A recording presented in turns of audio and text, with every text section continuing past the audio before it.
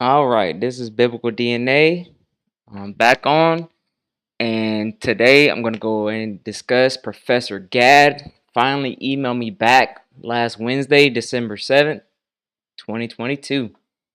All right, this is the email I first sent him.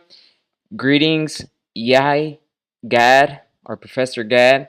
I noticed in the article insights from ancient DNA analysts of Egyptian human mummies clues to disease and kinship. That is, says the genetic results confirm that both mummies had the same Y chromosome molecular signature, E1B1A haplotype, and one set of identical autosomal alleles, suggesting a father-son relationship. But that is based on Haplogroup prediction using Whit Athey's Haplogroup Predictor and the source that is cited from Revisiting the Harem, Conspiracy and Death of Ramesses III, Anthropological, Forensic, Radiological, and Genetic Study. The Y chromosome haplogroups of Ramesses III and unknown man E was screened using the Whit Athey's Haplogroup Predictor. Genetic kinship analysts revealed identical haplotypes in both mummies using the Whit Athey's haplogroup predictor. We determined the Y chromosomal haplogroup E1B1A. When was this change from prediction to confirmed, verified haplogroup that Ramesses III and unknown man E belong to? NevGen.org does not predict E1B1A. It predicts haplotype R1b with a SNP of Z253. Another question is why was the autosomal STR markers used but not show which populations his autosomal STR markers match up with? Very respectfully. And the reason why I asked this last part specifically, he knew what I was talking about, is because when it goes from father to son, the best way you would do it is by doing a Y-STR test, right? That's the way you would do it, is to find if that's the son, if this person is the son to Ramesses III, that's how you would do it. Well, using the autosomal STR, it'll also show you the close relationship to this person, and that's what they could have done. They could also show the other mummies like Tutankhamun, Akhenaten, and Menhotep. They could have done the same thing. Um, as far as populations, it's much difficult, and I have an article coming up after I finish these emails. All right, so this is his response. Thank you for your email. The work that you referred to, BMJ Harem conspiracy article, has been carried out more than 10 years ago, where we used targeted STR analysts for kinship analysts. The field has moved past this now and is setting NGS as a standard platform for an analyst of ancient DNA and giving ample information with more coverage on sequence variations that can be utilized for more definitive genotype destination. We have recently procured a NGS platform in our lab, and we have been starting to study new mummies as well as revisiting the old ones too. Also, in 2010 and 2011, the information about the autosomal genotyping in various populations was rather scarce. I attached the original BMJ paper. Um, this is his contact information. Well, this is where his ballots. I took off his mobile phone and email address. If you want to get that, it's not that hard in order to contact him. He is on the internet, so it wasn't difficult at all for me to get in contact with him. It was just getting a response that I had to wait a long time for. All right, this is my response to him. I didn't receive a response, so he emailed me last Wednesday, December 7th.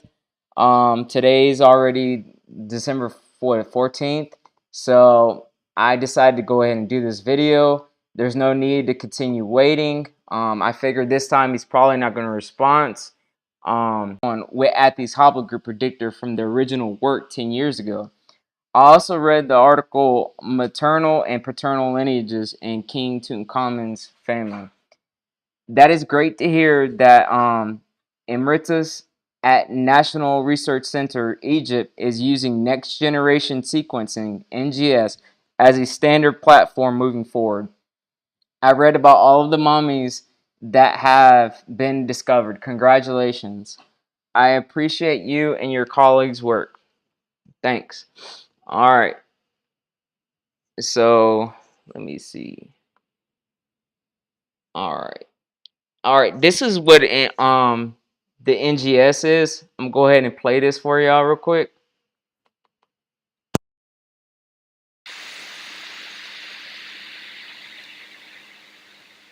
Next generation sequencing (NGS) is a massively parallel sequencing technology that offers ultra-high throughput, scalability, and speed. The technology is used to determine the order of nucleotides in entire genomes or targeted regions of DNA or RNA. NGS has revolutionized the biological sciences, allowing labs to perform a wide variety of applications and study biological systems at a level never before possible. Today's complex genomics questions demand a depth of information beyond the capacity of traditional DNA sequencing technologies. NGS has filled that gap and become an everyday tool to address these questions. Next generation sequencing for beginners. We'll guide you through the basics of NGS, with tutorials and tips for planning your first experiment. Get started. Applications of NGS. Next generation sequencing technology has fundamentally changed the kinds of questions scientists can ask and answer. Innovative sample preparation and data analysis options enable a broad range of applications. For example, NGS allows labs to explore sequencing methods and uses. Accessible whole genome sequencing. Using capillary electrophoresis-based Sanger sequencing, the Human Genome Project took over 10 years and cost nearly $3 billion. Next generation sequencing, in contrast, makes large-scale whole genome sequencing, WGS, accessible and practical for the average researcher. It enables scientists to analyze the entire human genome in a single sequencing experiment, or sequence thousands to tens of thousands of genomes in 1 year. Learn more about WGS stop it right there. NGS data analysis tools.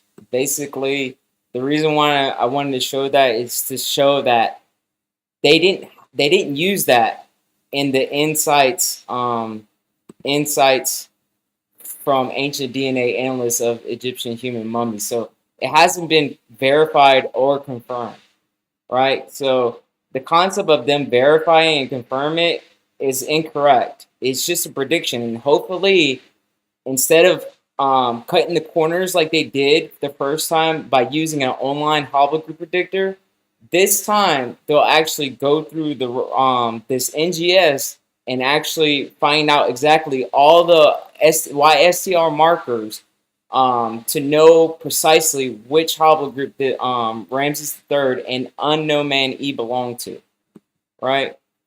All right, and this is why I brought up the autosomal STR markers. It's in the paper Forensic Use of Y-DNA, a general overview. Now I'm going to show y'all something right here.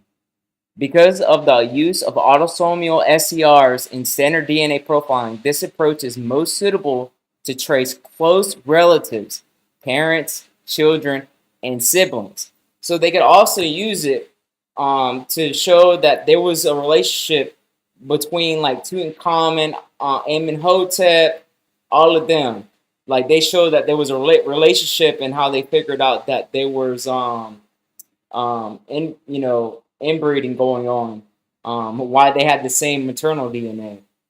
But they could have also used it for Ramesses III, but obviously that's not the case. But we're gonna get to some things that I want to address. All right, so this is the original work that was published. So it's the 10-year anniversary. Revisiting the Haram conspiracy and death of Ramesses III. All right. And if you scroll all the way down, here, we're going to see exactly where I got these quotes from. All right. This is one of them right here. There you see it. What they use? Whit Athey's Haplogroup Predictor. Yes, sir. They use what? Using the Whit Athey's Haplogroup Predictor. I appreciate that. All right, so just so we're clear, what they use to cut corners, they use the online Haplogroup Predictor. Just like I did. I used NevGen online Haplogroup Predictor. Why? For people that are just getting into Y-DNA and trying to trace their the Y-chromosome, when you purchase your Y-chromosome, like if you do the lowest level on family tree DNA, they're going to just give you your haplotype or the beginning stages. Well, in order to save some monies, you can figure out what S&P you belong to by using these haplogroup predictors. Well, Whit Athey's haplogroup predictor is outdated, right? And as you can tell, the last time it's been updated was 2012. Yeah, 2012. And it's absolutely ridiculous when you actually look at these calculators. They have missing haplogroups. Look at this. Absolutely ridiculous. What's missing, y'all? Haplotype A, B? What about C, D? Man, come on, man. These people forgot the alphabet. They over here starting with E1B1A. You know what I mean? Like, if you can't see what that is, it's beyond me. When you leave haplogroups like that out, what is that? That's racist! That's racist. When you leave haplotype A and B out, even though supposedly we all came from haplotype A, that was the original Y chromosome Adam. What they got from the biblical Adam, yeah, not the same, but according to the Y chromosome Adam, A was supposed to be the originator. It was supposed to be the first. But why don't they have haplotype A on there? Why? Why don't they? That's racist! Because that's racist. Why don't you have haplotype A, B, C, D? It's completely racist, even though this whole concept starts with haplotype A.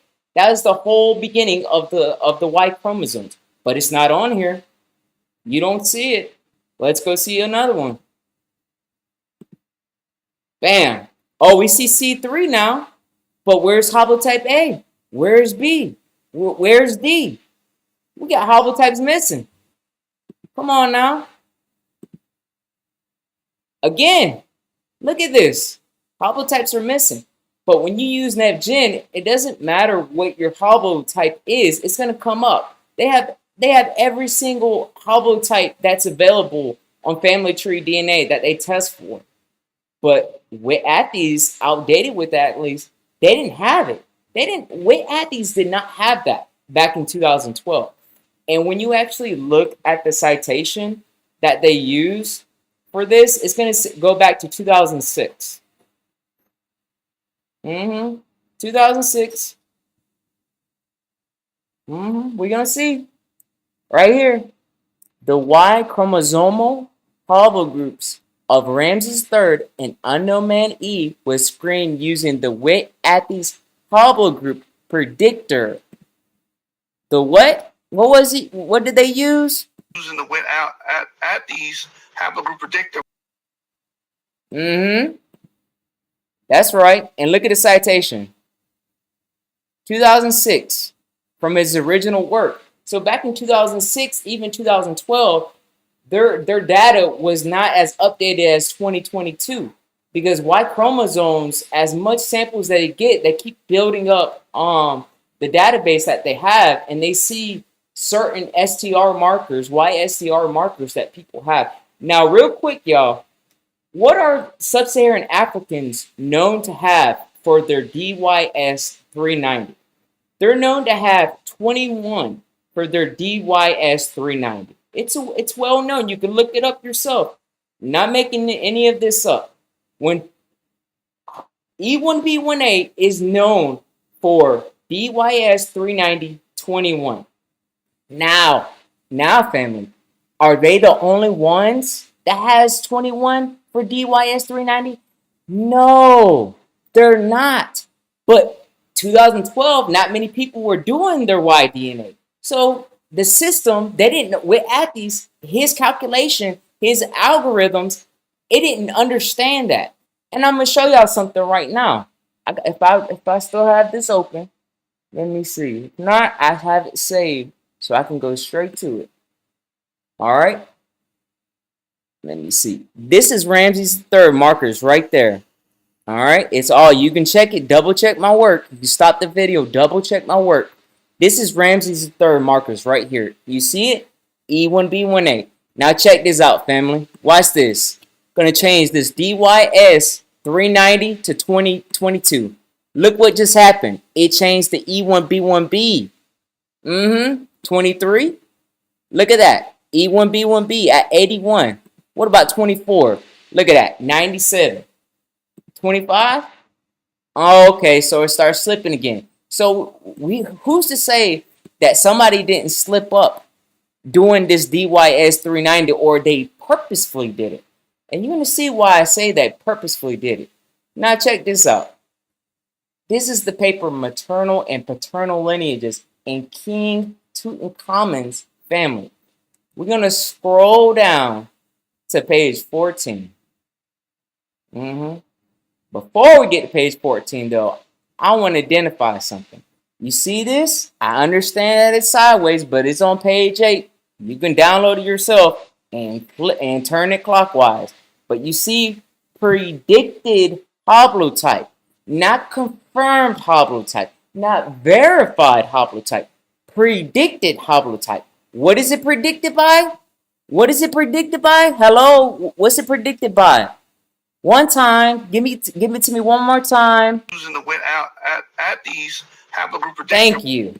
It's based off of a Whit Athey's Haplogroup Predictor. All right, let's go to page 14 now. Page 14.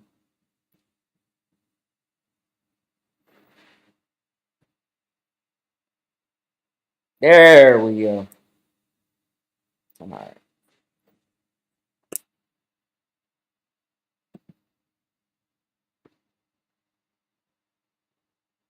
A distinction between the geographical origins of the investigated late 18th dynasty family and the succeeding 20th dynasty pharaohs was also shown. The latter was estimated to be of African origin, not a Middle or Near Eastern one. Not a what?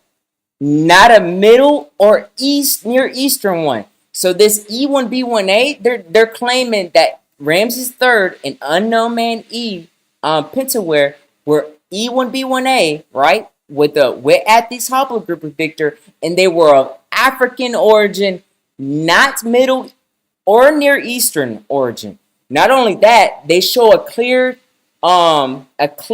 geographical distinction between the late 18th dynasty family and the succeeding 20th dynasty pharaohs. So I don't want to hear this, they were some E1B1A Hebrews that just became Egyptian pharaohs. No, they weren't Near Eastern at all. And that's based off of the Haplogroup Predictor. This is what I've been saying the whole time. They used a Whit Athey's Haplogroup Predictor to determine that E1B1A. Right. That's what they did. And they came to this conclusion that Ramesses III was of African origin, not a Middle or Near Eastern origin. There you go, folks. And what they based that off of? Whit Athey's Haplogroup Predictor. Let's go. Insights from ancient DNA analysts of Egyptian human mummies. Clues to disease and kinship, right? So about 7 months ago, somebody actually was talking about this, and I'm like, wait, homie, you tripping. They didn't verify or confirm anything. And I told them all they did was take the original citation and just cited what they brought up. They didn't confirm it. They didn't add material saying, yeah, we use NGS, next generation sequencing, to confirm a hypothesis or our Haplogroup Predictor prediction back in 2012. They didn't do that. They just cited it. Here goes the citation right here. Let's go ahead and get this red one real quick.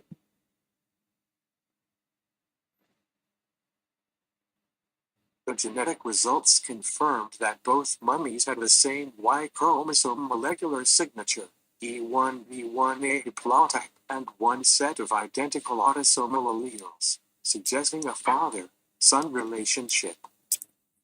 All right. And this is the citation right here.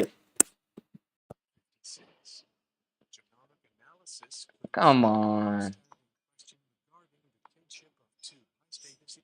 No, stop. Ay, ay, ay. Destiny is all. All right. You're going to see. What's that citation right there, y'all? What's that citation? Revisiting what? What is this? The same one that Professor Gad mentioned? Look, it's the same one. Same article. So they never updated, they never confirmed anything, and I wanted him to say that. It wasn't too difficult for him to just say that. He could have said that, but they used the same citation as the original work. They never added any more research to it. It's the same research. It's the original research. It was a Haplogroup predictor. That's what they used. So, but it's somehow racist if I use a Haplogroup predictor. Wow. I found that it was incorrect. And we're going to go ahead and get to it. We're going to go ahead and get to it. All right, so these are the STR markers, the Y-STR markers for Ramesses III. I did the family tree DNA order, general level. Yep, and I just calculate. And like I said, you can run them yourself and verify if it's the same. As we see, the first one's coming up is J1A2, A1A2, P58. 0.02. You don't say no E1B1A, right? And this is the same one. I just put it on the order of 17 markers. Check that out. Order of 17 markers, right? Look at the results. And I already had it set on subclades of R1b. Look at the results. Probability 99.42. But when I choose the S&P package of Z253, it's going to go to 100%. And we're going to show you right now.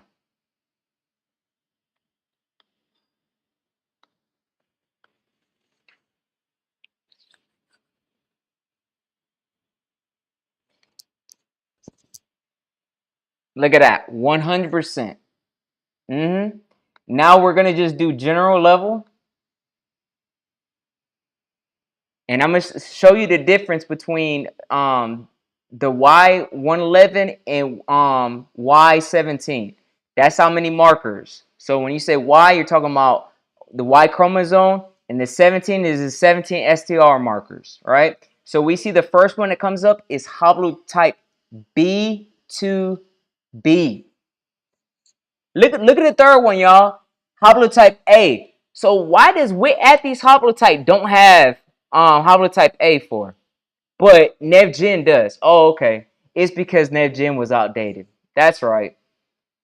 All right, y'all. So let's choose the EV38, right? That's the one they said that Ramesses III belonged to.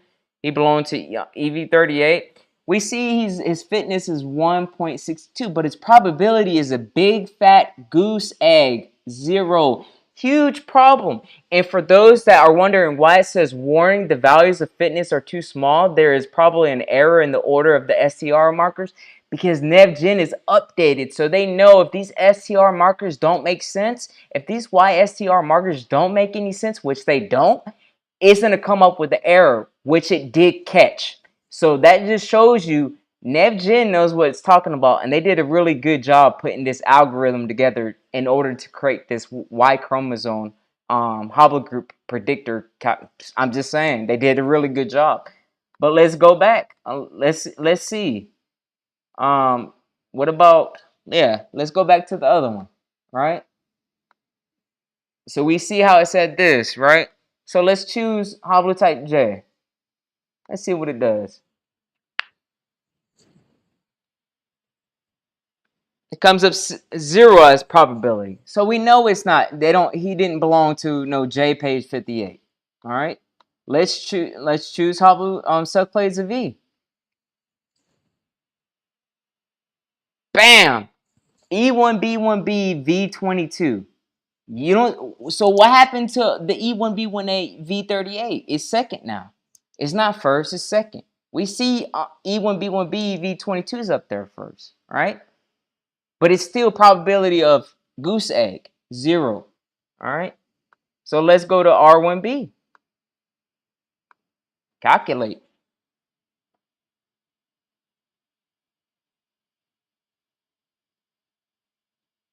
Look at that, y'all. 97.84. All right. And we see that they're using a package of Z49. Let me choose that S&P. Z49. Z49. Z49. Let's calculate.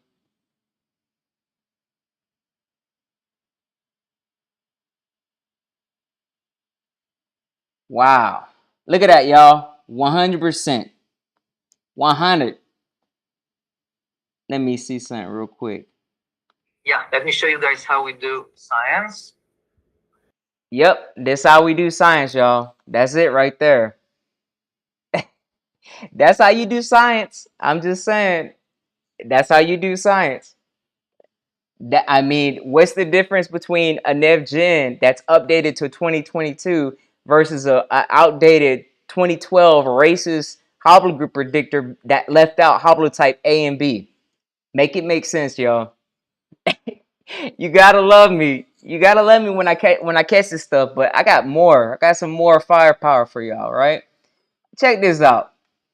All right, this is family tree DNA, R1B early subclades, and everything that I brought to y'all today is gonna be in the description. So please check the description; it's all in there, right?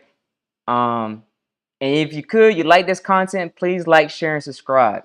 I appreciate it, and give me any feedback. If you hate this material, like the way I did this or anything, just let me know. Just be tactful, be respectful.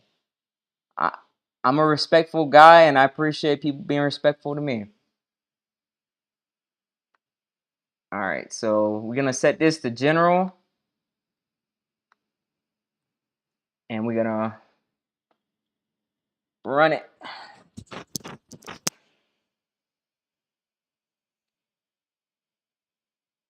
So we see it comes out to be R1B M73, right?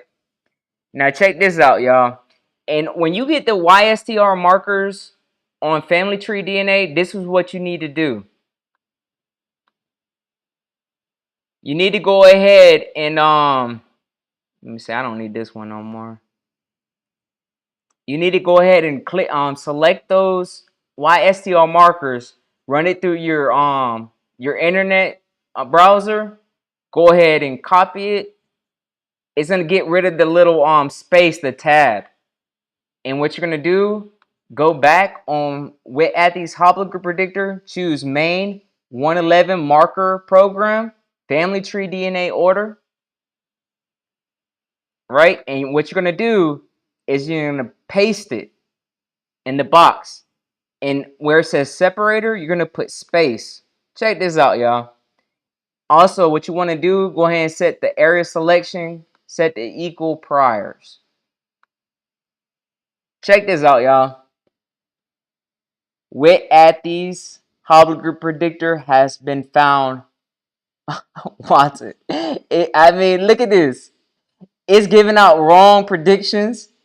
It's giving out wrong predictions, and you can verify what I'm doing. I'm not making this up, and I found so many haplogroups that they free, and I understand Whit Athey's Haplogroup Predictor is legendary. They were like the first ones to come up with it, and all respect to Whit Athey's and his algorithms and the math, science, all that stuff that came apart to do this, but his stuff is outdated and wrong. Look at this. It's supposed to be R1B. What happened, y'all? Why is it showing up O and Q? Why is it showing up O and Q? What happened? I'm just saying, I'm finally getting some R1B, but guess what? Haplogroup Q is at 40 still. And I put it on Northwest Europe. What happened, y'all? What happened? What happened, y'all? I mean, I'm just trying to understand. Can y'all make this make sense? Can you verify it yourself and see that what I'm saying is true? You see what I'm saying? Like just see what I'm saying is true and find out that yeah, Whit Athey's Haplogroup Predictor isn't the best tool to use to be turning no haplogroups in scientific research. I'm just saying. Any average Joe can do that. All right, let's try this other one. And I just got a blessing when I found this. They were both together like this. I'm like, thank you. Thank you for giving me some two haplogroup R1Bs together for a D with a DYS 390 of 21. It's just a blessing when I saw this. I'm just saying, y'all, it's a blessing when I saw this. All right, let's go back to Whit Athey's Haplogroup Predictor. And what I'm going to do for y'all, I'm going to refresh the page. Make sure I'm not, tripping. I'm not lying about these markers or anything. All right. Once again, what you got to do is you got to run them through your browser. All right. You're going to select them. Command C. Command V. Paste them in there. All right. You're going to put space. Equal priors already on. Run it. All right. What we see again. Haplogroup O and Q again. No R1B. Let's try Northwest Europe. Look at this, y'all. 3.2. 3.2, really? So was Family Tree DNA wrong when they told this person that he's a verified, confirmed R-M343? This is crazy, y'all. What about East Europe? 0.4? They tripping. We're at this Haplogroup Predictor, you're fired. They need to go ahead and shut this down. Look at this. I'm just saying, y'all. I proved my case. I proved it. I proved my case. All right, I'm gonna do another one for you. I wanna show y'all something real quick before I end this. I already showed y'all the most common haplotypes for Sub-Saharan Africans, right? On here, let's do African Americans.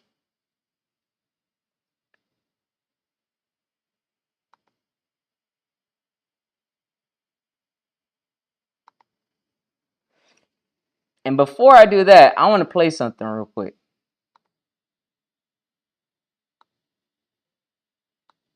Haplogroups, because a haplogroup, you can share your haplogroup with anybody, but that don't mean that you them. Just like even if Ramesses III was E1B1A, then we know the people in the early Green Sahara, E1B1A was there.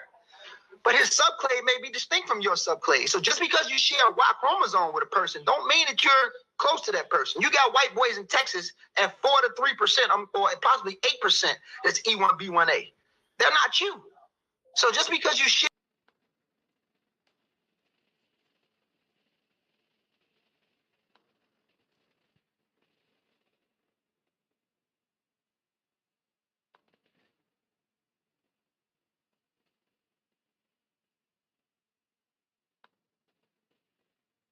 All right, appreciate it, Ngozi.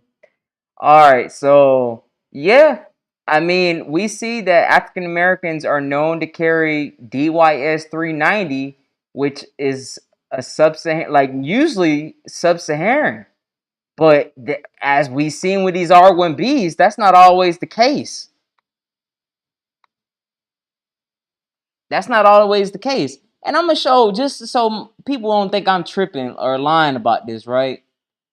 Do one of them. I'm going to show y'all because I understand that it's far separated from the top, so you can't clearly view it, right? So what I'm going to do is I'm going to run it up here so you can see it perfectly that biblical DNA ain't lying, right? So you know I'm not lying. You see the truth is right there. But I want to see something real quick on here because Whit Athey's, let me see something real quick. 27. They got 17. Is this in order? Let me check this out real quick. So, I was trying to see if it's in order, but it's not. That sucks. I like it when it's in order. I could just run it on NevGen, but these aren't in order. Let me see. 17, 4, 5, 6. Let me see this real quick. There we go. 4, 5, 6, 3, 9. Yeah, that's in order. All right, I want to check one of these out. I'm going to do this one. See, it says DYS 390, 25. Let me check this one out real quick, y'all. I want to show y'all something real quick. Let's see if this individual comes up E1B1A. And I don't know. This is the first time I've done it. So I'm not sitting here like, oh, I knew the whole time. No, I didn't. So let's see. General level, okay. Let's see if he's E1B1A.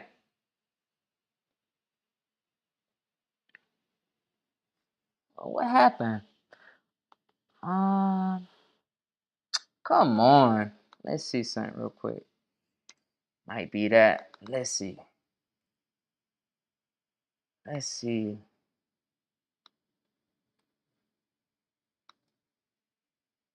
That might been it. Oh, damn. I'm gonna have to put them there separately. Alright, so. Oh, I see what's wrong. It's because it has the comma. Look at that. I just should know better. I'm so silly.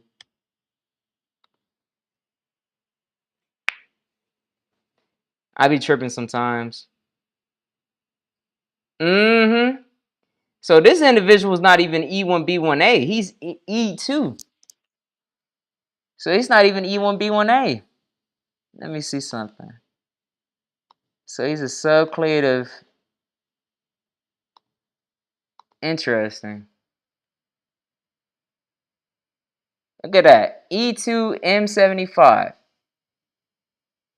Wow. Let's try another one. Alright.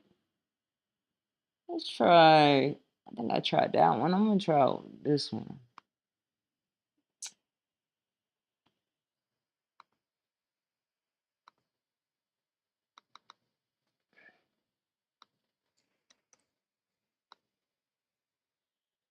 Hopefully it don't make me run it through. Okay, so it came up. This one's E2 also. That's crazy. Let's put it on general real quick.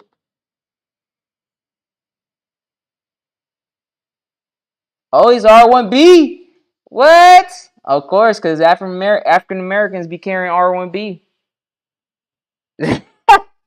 Oh, man. That's crazy. He's R1B. Dang. All right, man. All right, y'all. Let me go back to Sub-Saharan Africans real quick. I want to see something real quick. Sub-Saharan Africans. Damn, man. Oh, yeah, by the way, they do have Afro-Asiatic Semitic on here, and I have ran those, and it's that first one, I might do it real quick just to show y'all something. All right, let's see. Let's see. Let's choose this one. This one's interesting. Let me see something. Put that. Let's see.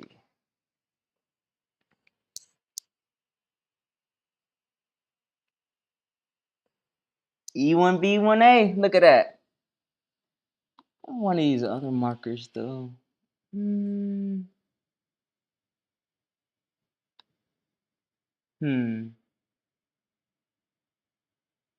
What about this one?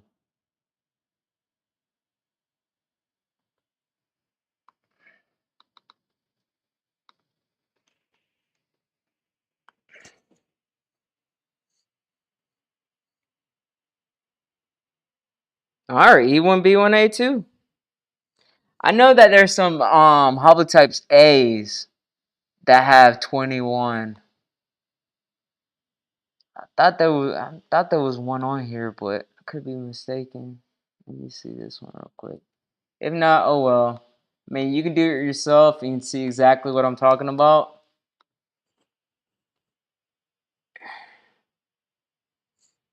So is E1B1A also. I mean, for the most part, usually people are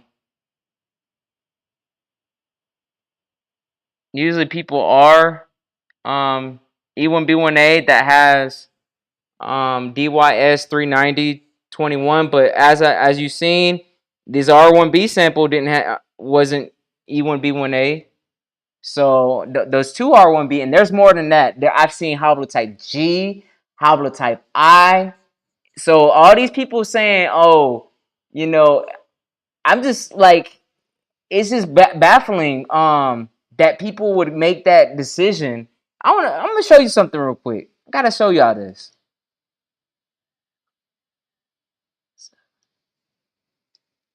I think it's African family tree DNA. Let's see this real quick. Yeah, here we go. I want to show y'all this. So you scroll down, and I'm gonna select the sample ID, and I'm gonna put it on the top. Look at this, y'all. This individual belongs to haplogroup G-M201. Why is this? Look at this. He has 21 for his DYS 390. Look at that. What's going on? Whit Athey's Haplogroup Predictor didn't know haplotype G can have 21. What? That's supposed to be the Sub-Saharan only Y-STR marker. Haplotype G is not supposed to have DYS 30 or 390. Why? You know what I mean? It's not supposed to be at 21. Oh man. Oh, I'm having too much fun with this. All right, I'm gonna show y'all this Semitic one real quick. This one's interesting. So, and like I said, this is in the description. So you just go to this website and they have them on here. These samples. I want to show y'all these this one real quick though. I forgot if it might have been on the other one, but I'm just gonna run this one real quick. Dang, I forgot to put the dash. My bad. Look at that. Oh man, that's crazy. Let me see this one too. They're bugging on that. 0.2. It's still J page 58. Let me see what the next one is. Cause I saw J2A had a lot of, and that's 120 counts of J page 58, y'all. Let me see this one. All right. And I know I'm doing Semitic. I know this one's gonna be J page 58 also. I'm doing over here doing Semitic on this video, but it is what it is. I just want to show y'all this real quick. All right, it's the same. But if you want to learn more about like the Y chromosome STRs and whatnot, this is the NIST, the National Institute of Standards and Technology, U.S. Department of Commerce, or Commerce, yeah. I think it's Y chromosome STR references or fact sheets. Nope, not this one. Here we go. So it was the Y-STR variant alleles and DYS390. And yeah.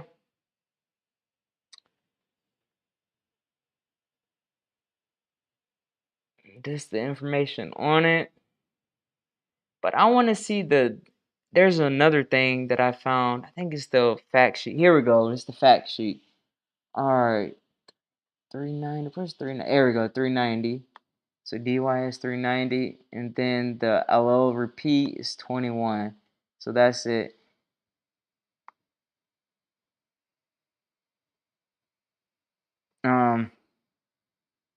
It's not really much information on here. I mean, for me, I don't understand a lot of this stuff. Not gonna lie. I mean, it is what it is. I only did human biology, so. But it's just good